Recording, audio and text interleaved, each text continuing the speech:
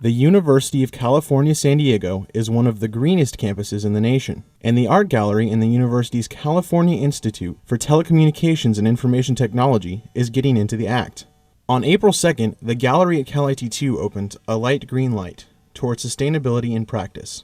The exhibition features the custom-built robotic sculptures and site-specific installations of Chicago-based artist Sabrina Raaf. Curated by Steve Dietz, the exhibition addresses issues of sustainable practice, the construction of social spaces, and prototyping for modular green architecture.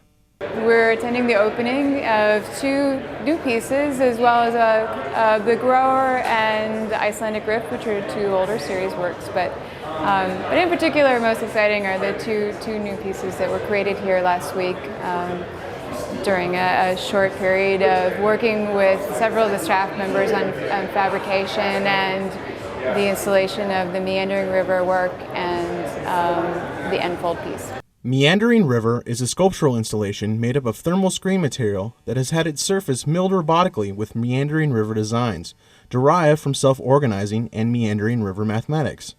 A cascading instance of the Meandering River sculpture is hung in the 6-story window of the Atkinson Hall stairwell, and a second river-type instance in the first-floor lobby. This thermal screen installation is also designed to cascade vertically in order to create a climbing surface for vines and thus support the growth of a vertical garden. The other new work, Enfold, is a flat-fold design for dew harvesting and passive solar cooking.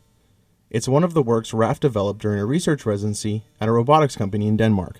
And they have a social responsible agenda to them that I think many people would mesh with as well. So, and I know many people are working within here at UCSD. So again, while the visualization or the end look of the work might be quite different, or maybe the audiences are different, but the process of asking those questions and staying relevant and making work that is meaningful to others, not just an experience, but actually sort of usable to others, I hope is something that would integrate well within this environment. The environmental theme is also explored in Translator II Grower, a robotic sculpture that measures carbon dioxide levels inside the gallery as they are generated by visitors. The robot then draws the measurements in green ink as blades of green grass on the gallery walls. The grower draws about every 45 seconds, and each of these is reflective of the carbon dioxide level in the space. So overall, what this is intended to be perceived as is a cross-section of a field of grass,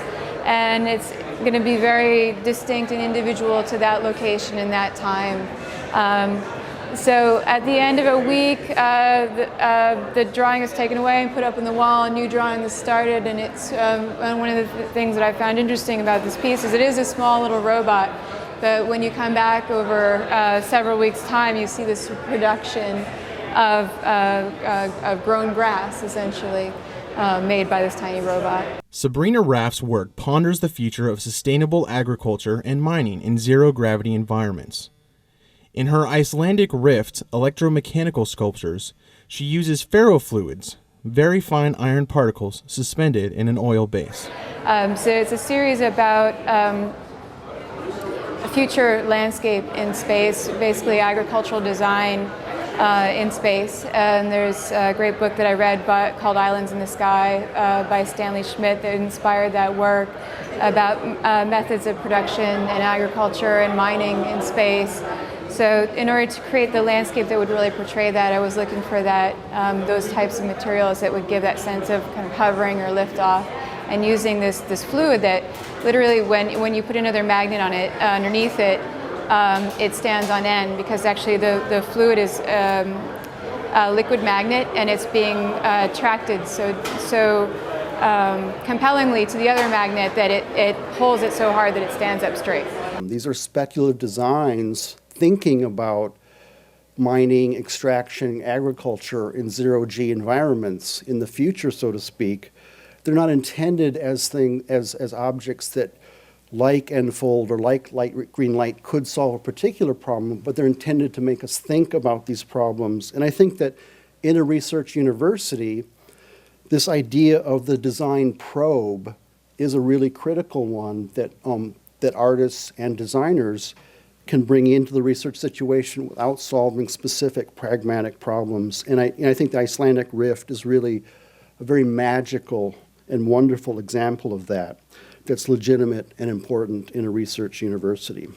The exhibition takes its name from light green light, a lamp that unfolds into a netted tent for sleeping, for which a prototype and concept animations are on display. A light green light, the exhibition runs from 11 a.m. to 5 p.m. daily through Friday, June 4th in the gallery at Cal IT 2 on the first floor of Atkinson Hall at UC San Diego.